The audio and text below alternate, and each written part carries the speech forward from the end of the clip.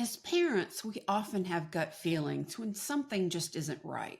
This can be especially true in co parenting arrangements where one parent is struggling with addiction.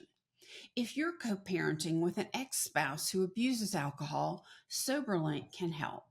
SoberLink's alcohol monitoring system is the most convenient, reliable, and reasonable way for a parent to provide evidence that they are not drinking during parenting time. The system's real time alerts, facial recognition, and tamper detection ensure the integrity of each test so you can be confident your kids are with a sober parent. With SoberLink, judges rest assured that your child is safe, attorneys get court admissible evidence of sobriety, and your kids are able to maintain healthy relationships with both parents. To sign up and get $50 off your device, visit www.soberlink.com/empowered.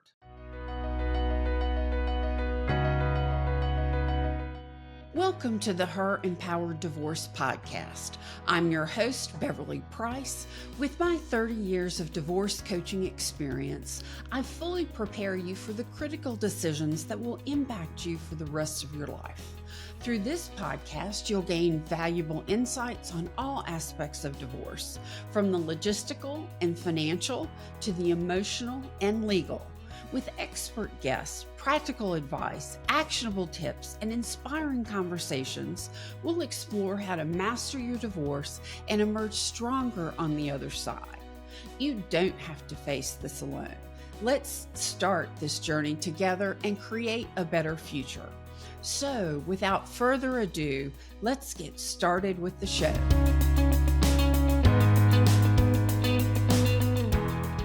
Hi, beautiful. I'm so glad you're here today. It's my pleasure to introduce you to Tracy Coenen. Tracy is a forensic accountant and fraud coach.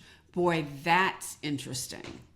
One of the biggest fears in divorce is around money and finances. So why use a forensic accountant and fraud coach? Why? Because knowing your financial situation addresses one of the biggest fears in divorce. Knowledge is power. Tracy's going to talk today about finding hidden money in your divorce, something that everybody is concerned about. Hi, Tracy. How you doing? Hi, Beverly. I'm fabulous. How are you? Good. Do you want to tell the audience a little bit about you? Oh, of course. I've been a forensic accountant for more than 25 years, and that just means I investigate fraud. I find money.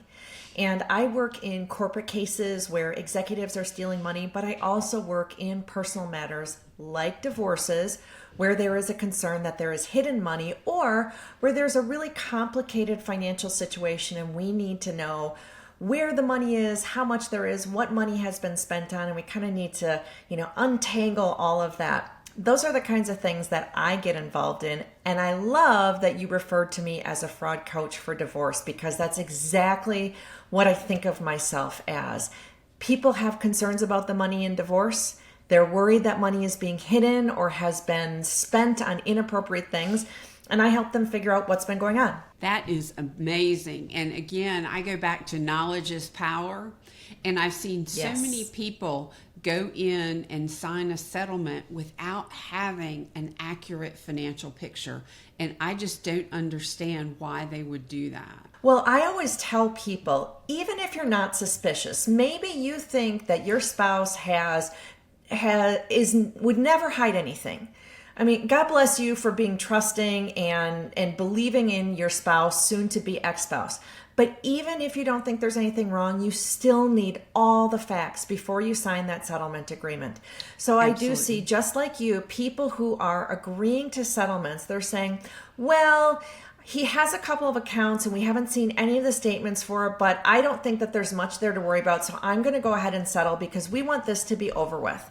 And I certainly understand the desire to have the divorce over with. It's an emotional process. It's difficult, but you only get one chance to get the right settlement. There is nothing wrong with standing your ground and saying, I am happy to make a swift decision about finalizing this divorce once I have all the information.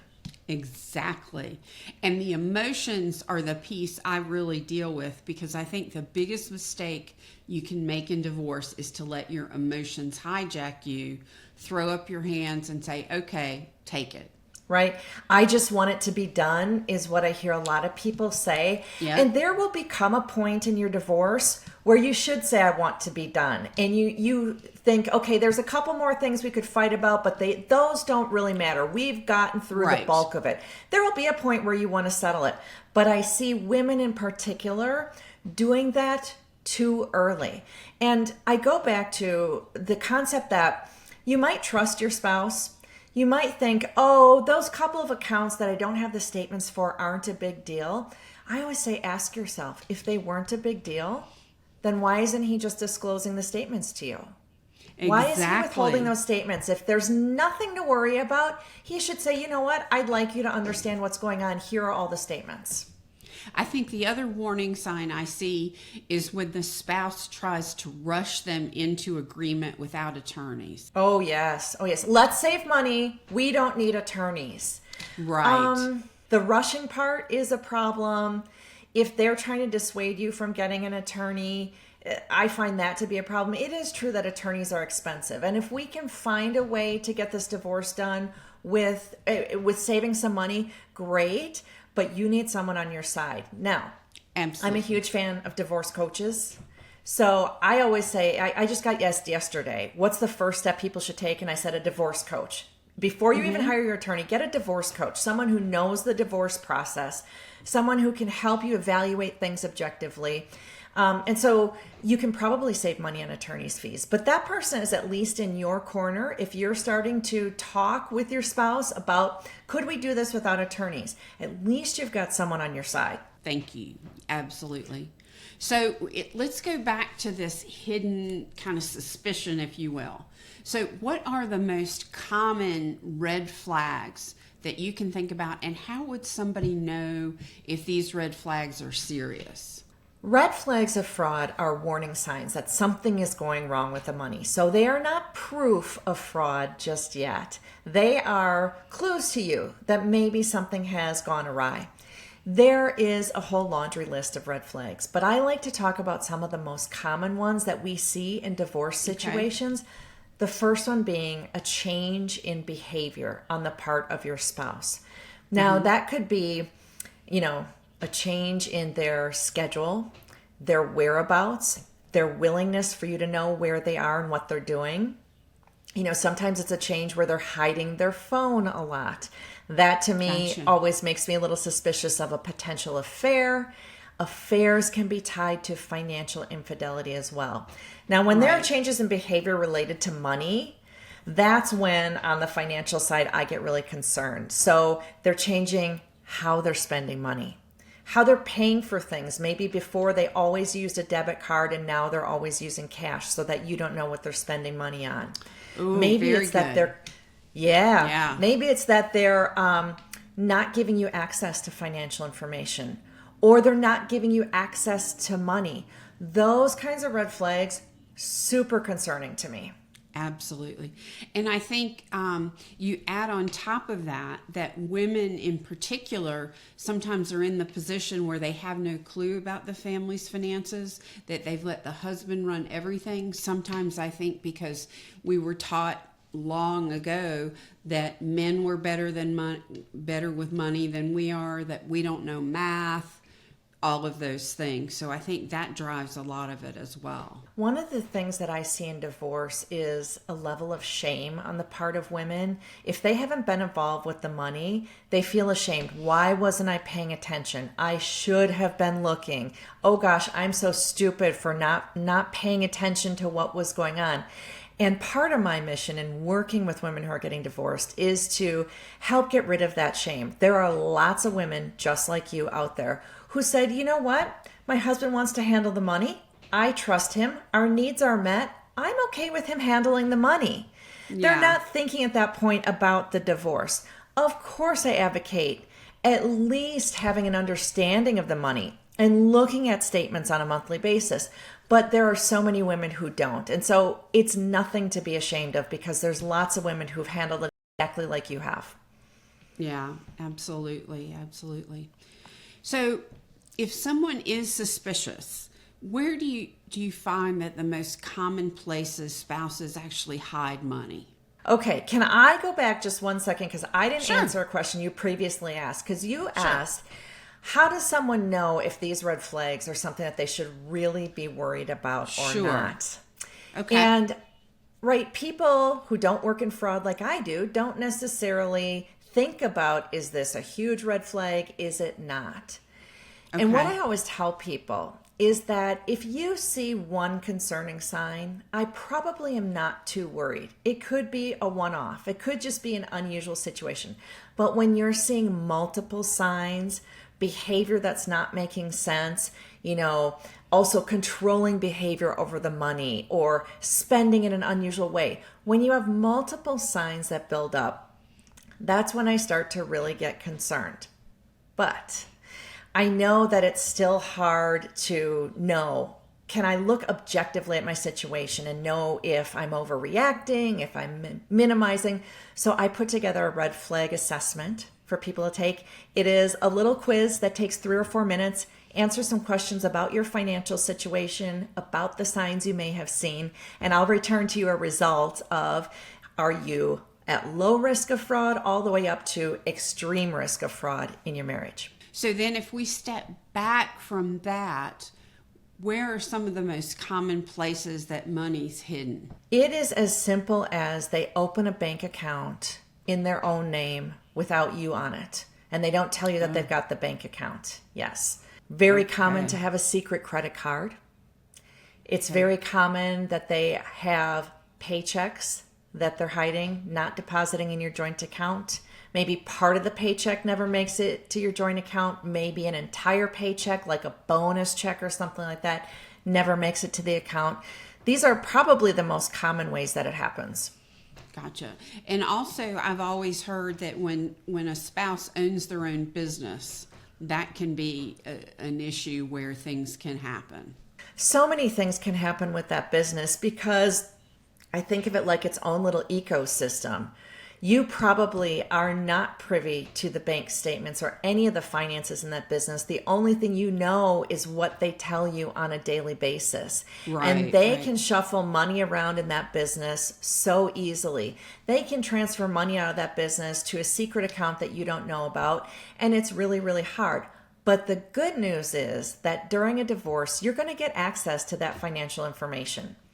So if there is a business involved that your spouse owns, once we get into that divorce process, your attorney can send subpoenas to the bank and get those bank statements. You can get legal access to the tax returns for that business. You can get legal access to the accounting records for the business.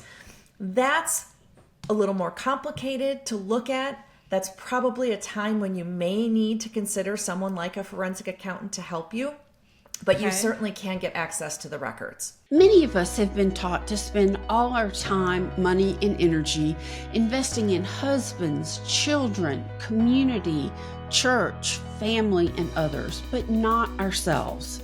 Divorce is not the time to do this. I'm Beverly Price, the empowering divorce coach who guides you on your journey before, during, and after. The next steps you will take set the stage for your entire divorce and life afterward. I help you prepare fully for what is to come, understand and navigate the process, come to terms with your emotions, avoid costly mistakes, and create an empowered life after. With the right support and guidance, you can move through the process with knowledge, strength, and confidence. Schedule a free consultation with me at herempowereddivorce.com. Let's journey to the other side of divorce together. And now let's get back to the show. So, who really needs a forensic accountant and how much does it cost? Forensic accountants are expensive. And so I say that their services are really most appropriate in the more complicated cases. So when we have very high earners or people with higher asset balances or assets that are a little more complicated, like there is a business involved, there are a number of real estate holdings, we have several investment accounts. When there are those kinds of things involved, there's probably a lot of money transfers, there's more complicated things going on. That's when someone like me would get involved on a one-to-one basis to go through the finances. And I always say that forensic accountants probably start at around $10,000 to work on your case and can go up from there. So when I'm talking to people who think maybe forensic accounting is an option for them, we talk about how much money is at stake, what we think we might find, and whether it makes sense to hire someone like me. There are plenty of times where I'm talking with a potential client and I get the lay of the land and I end up saying, I'd love to help you, but I don't think it's worth your while to spend the money on me. If you find some additional information, such as this, or this, maybe we should reconsider it. But right now, it seems like it's not going to be worth your money to hire me. And you created the divorce money guide just for those situations. Isn't that correct? I did. So about a year and a half ago, I was frustrated because I was getting calls from women who were asking for help in their divorces, but who didn't either have the resources to hire a forensic accountant, or they didn't have enough money at stake to make it worthwhile for them to spend $10,000, $15,000, $20,000. But there was nothing out there for them. What are they to do? They would, their attorney says, go hire a forensic accountant. And if they say, well, I can't afford one, the attorney typically probably says, well, then there's really nothing we can do to look into your concerns about the money. So I made the divorce money guide so I could show men and women, because it can be used by either, but I speak mostly to women, show them what are the most common ways that money is hidden in the average divorce. And then how are you, as a person without any special accounting or number skills, going to find it? Because there are typical methods that are used. There's probably about 10 to 12 ways that people typically hide money in their marriages. Okay. And there's really easy ways to find it. So earlier we talked about maybe there's a secret bank account that you never knew about. Well, guess what? In most cases, to get money into that secret bank account, your husband probably transferred money from your joint checking account right into that secret account. And so we're going to see that if we look at the bank statements for your joint account. Gotcha. Okay. So if we step back to the very beginning of the process, what's the first thing someone should do when they're thinking about filing for divorce? Gather information. Information is your friend. I think you started off by saying knowledge is power, and it sure is. So if you are even considering divorce, what I tell people is any of the bank, credit card, investment accounts that your name is on, you have legal access to that information. I want you to go online and download all the statements you can download. If for some reason you don't have online access, get it. If you can't get it for some reason, if your bank says, oh, sorry, there's already a login for your account, and you know your husband has that login, and we can't give you a login, then go to the bank branch with identification and ask them right then and there for statements from your account. But get those account statements for all of those accounts before you say anything to your spouse. Because what I've seen sometimes, is when you start expressing suspicions or you bring up a divorce talk, suddenly documents are disappearing or your name is suddenly off an account. And now you can't get access to those records. So that's the first thing, is start gathering financial information. If there are tax returns at your home in a desk drawer or a filing drawer, take those tax returns, go make copies of them, put the copies in a safe place outside your home, and then return the original tax returns right to that drawer where you found them. Now, a question about that. Let's say you have a CPA that does your taxes, and they have an online system, but for some reason you can only get the most current 2 years and you want to go back further. If you call the CPA who worked with you and your husband, are they going to tell your husband that you're looking for tax returns? Or do they have some they're probably confidentiality? Yeah. They'll probably tell him, what I see more often is that CPA won't even talk to the spouse because that's not who they've worked with. Or the husband has said, don't give her information. Here's the thing, and here's the question I thought you were going to ask. I thought you were going to ask what happens when that CPA says, I'm not giving you anything, or doesn't return the phone calls. Okay. One of the situations I deal with a lot in divorce cases is with a spouse holding tax returns hostage and not letting you have them and not turning them over.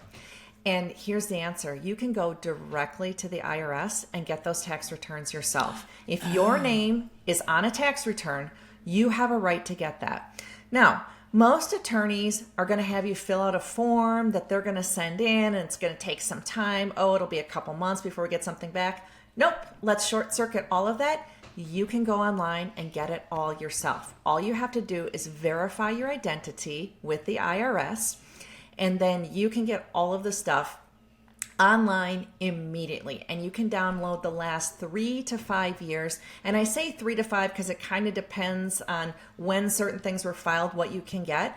But in the Divorce Money Guide, I walk people through. I have a tutorial where I do a screen share and I show you exactly where to click, what to get, how to download it.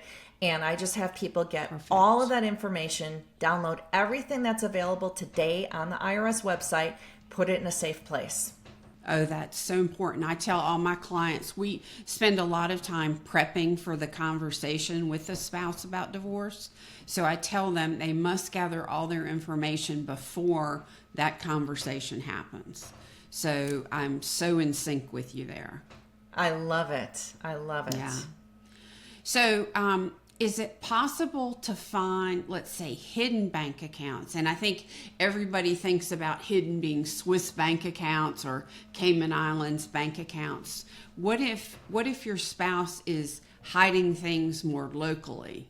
I think you've talked a little bit about, there's a credit card, there's an other account, but what if you don't see anything? What if, for example, they have the statements going to their office? Right. In most cases, what we will find is some evidence somewhere of that other bank account. In many, many cases, it is as simple as a transfer to that account. So what I tell people to look for, if you're looking through your bank statements line by line and you see a transfer to a bank that you've not done business with before, let's say you're banking at Chase and you see on here transfer to Wells Fargo account number, and you didn't know we had a Wells Fargo account, that's your clue. If you don't find anything that direct, how are we going to find out about another bank account? Typically, it is circumstantial. Have you had any mail come to your house from a bank that you thought you didn't do business with? Have you had, we all get credit card offers in the mail. Right. And that's fine. But have you seen repeated credit card offers from a particular bank over and over and over? When you're getting a higher activity of those credit card offers, it suggests that someone in your household is doing business with that bank. And that's why they keep sending repeated offers. Mm-hmm. Such an important thing, yeah. Yes. I ask people to think about, has your spouse ever talked about another bank? Can you think of a bank that you might have applied for a home mortgage at? Is there anything that suggests he's got a friend who is a banker at such and such bank? If you can come up with 2 or 3 banks that you have reason to believe there might have been business done with them, your attorney can send subpoenas to those banks asking, are there any accounts in your spouse's name? Now, of course, we can't send a subpoena to every bank under the sun. There's thousands of them. Sure. But if we can isolate a handful of them, we certainly can send subpoenas to them. And if there's no account there, the bank will get back on the subpoena and say, we find no account records for anything under those names. Wow, that is so insightful. And you didn't even have to be a forensic accountant to do it, right? Right. But I think that speaks to the benefit so much of your guidance in the Divorce Money Guide and how you help people that can't really afford a forensic accountant take ownership and take power. And I think that one of the things I stress is empowerment. And I think taking on this, educating yourself, going through the process is a true sign of power, owning your own power. Absolutely. And the money issues are overwhelming.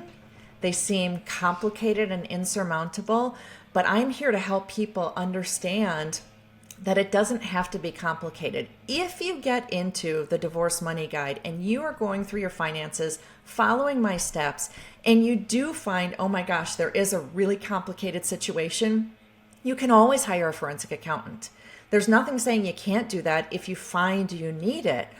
But like I said, for most people, there are some pretty typical ways, and pretty typical ways that money is hidden, and there are non-technical methods for finding out about that hidden money.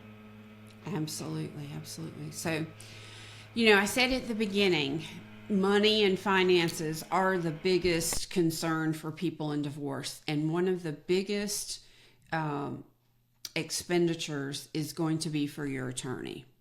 So how can you save money with your attorney? I always say being prepared to work with your attorney is one of the best ways to save money.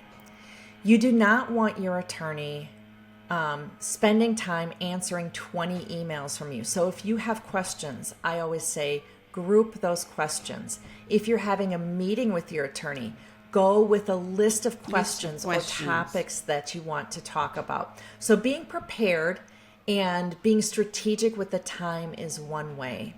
The other way is don't have your attorney do everything under the sun. So going back to what I said in the very, very beginning, you would be better off working with a divorce coach. It's more cost effective, and it's probably going to help you get a better result on those things that the divorce coach has expertise in.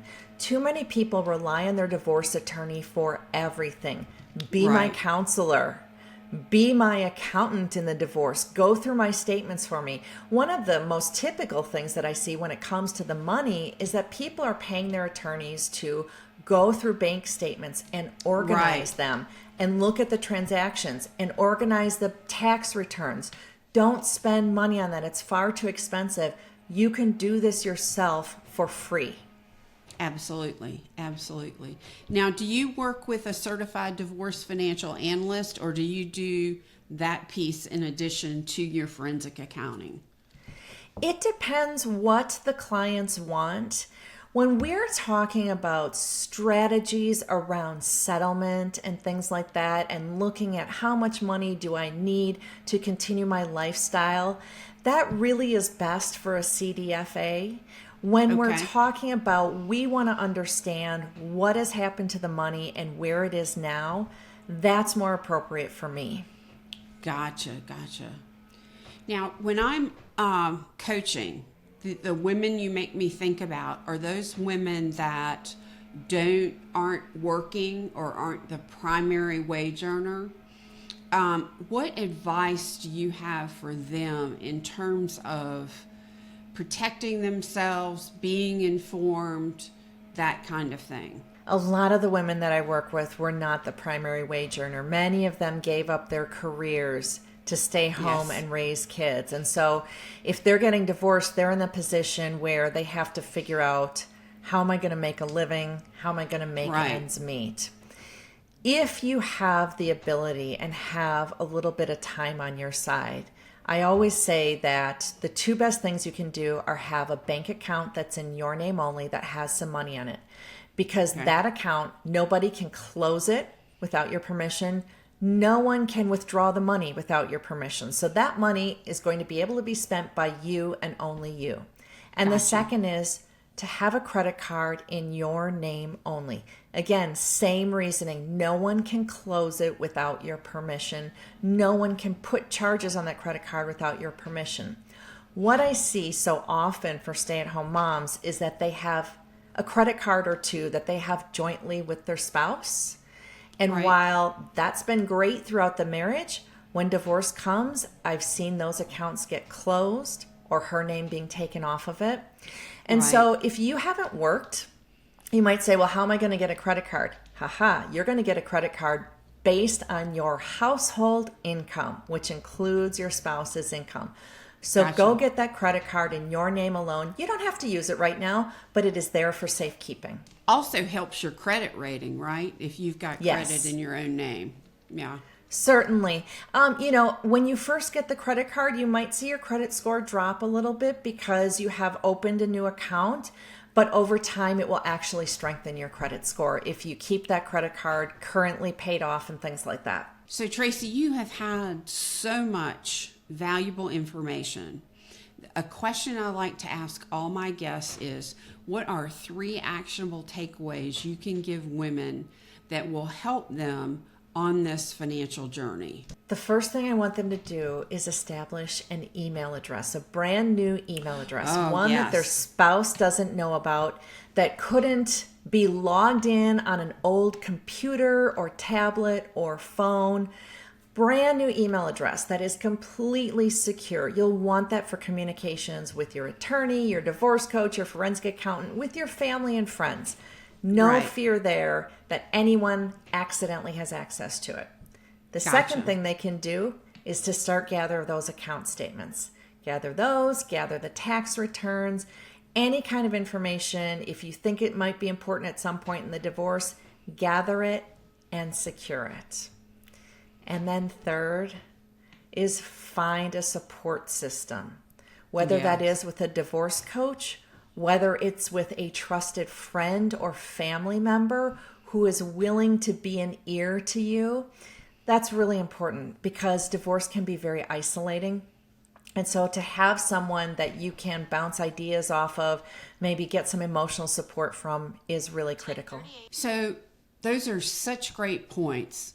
If you think back to all the divorces you've worked on, what would you say is one change women can make to help their journey, and how would you advise them? If they're still actively in a marriage, what they could do to change this journey is to become more informed about the money. You don't have to take over the bill paying, but if you can at least get some involvement with the money, that would be really helpful. And I always advise people the easiest way to ask for that involvement is to say to your husband, I'm really concerned. What if something happened to you? If you ended up in a coma or if you passed away unexpectedly? I don't know where our money is and I'd like to start learning about that. So that's one way to do that.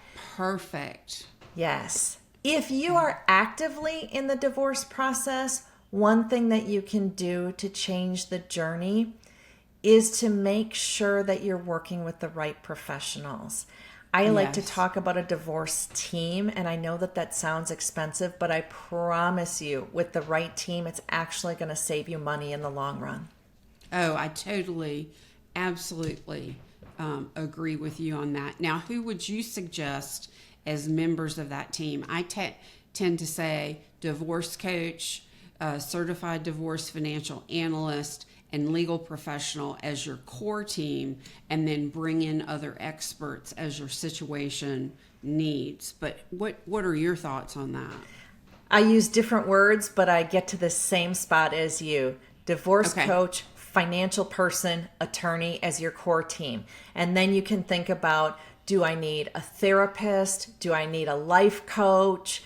Do I need a vocational expert? So, a mediator. There are all sorts of different professionals who can provide specialized services. But if you have those 3 core, the divorce coach, the financial person, and the divorce attorney, you are set up for success. That is great advice. We're on the same page. Oh, absolutely. I love it.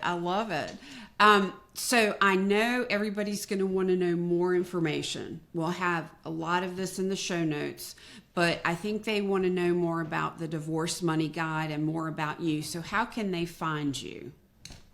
They can find me by going to my website, which is fraudcoach.com. And I have a special page just for your listeners. If they go to fraudcoach.com/Beverly, there's a page there set up for them. Ooh, yes, a special page. On that page, what I have for them is some of the things that we've talked about. I talked about the red flag assessment. So if someone is wondering if the signs that they've seen should be worrisome, they can take that red flag assessment. My new book that came out a couple months ago is there, Find Me the Money. Ooh. So if someone's looking for a low-cost resource to help them figure out where the money is, and then there also is the Divorce Money Guide there. So fraudcoach.com/Beverly. Oh, that's beautiful. Is there anything else that I've forgotten to ask or anything else that you'd like to share? I think we've covered a lot of ground. I just want to say that I know how difficult the divorce process is. I've been through this with hundreds of women who are getting divorced. And, I talk very matter-of-factly about the numbers and about accomplishing things, and you just do this, this, and this. I don't ever want to minimize how emotionally difficult it is and how there are going to be days where you just can't even think about trying to get a bank statement. I get it. But if anything that we talked about today resonated with you, if you have concerns about the money, I'd love for you to check out my site, reach out to me. You can send me an email through the site. If you see me on social media, you can direct message me there. Happy to try to help you any way I can. Oh, thank you so much. And thank you so much for being my guest today. I've loved this episode. I've learned so much, and your contribution can help so many women. It was great being here. Thank you so much for having me. Oh, you're so welcome. And to my audience, thank you for being with Tracy and me on this episode of Her Empowered Divorce. All of Tracy's information will be available in the show notes along with mine. And this and all our episodes can be found at herempowereddivorce.com on the podcast page or on Apple, Spotify, or wherever you listen to podcasts. You can also watch the video version on our YouTube channel, Her Empowered Divorce. Please share our story with your friends so we can reach out and help as many women as possible. Many times a woman that's contemplating divorce doesn't want anybody to know, but you can be the friend that helps her in her process. Join me for our next episode where I'll be diving deeper into what other professionals can share to help you on your separation and divorce journey. And thank you for joining me today, and stay empowered.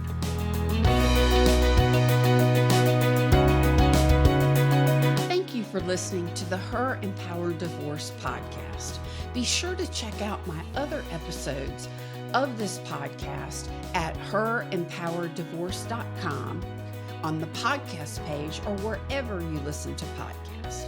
Please subscribe and leave us a review. This will help me reach out to help more women so they don't feel so alone. And share this with your friends. With the right support and guidance, you can move through the process with knowledge, skills, and confidence, and on to a time of growth and empowerment. If you're interested in learning more, schedule a free consultation with me at herempowereddivorce.com. I appreciate your support. Until next time, take care and stay empowered.